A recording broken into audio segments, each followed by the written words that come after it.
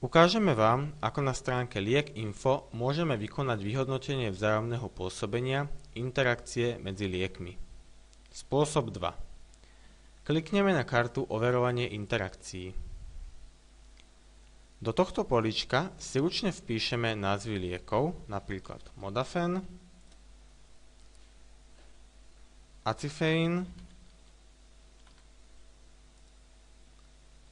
Maalox a taktiež aj Nimesil. A kliknutím na kontrolu interakcie zistím interakcie medzi liekmi. Napríklad medzi Nimesilom a Acifeinom je interakcia stredne závažná, čo znamená, že je potrebná úprava dávkovania. Medzi Modafenom a Acifeinom je interakcia málo závažná, čo znamená, že sa doporučuje podávať v odstupe minimálne 2 hodín. Takto si skontrolujeme interakcie aj pri ostatných liekoch. Dá sa však aj vykonať zmena tým, že si pridáme ďalší liek, napríklad Movalis, a znovu klikneme na kontrolu interakcie.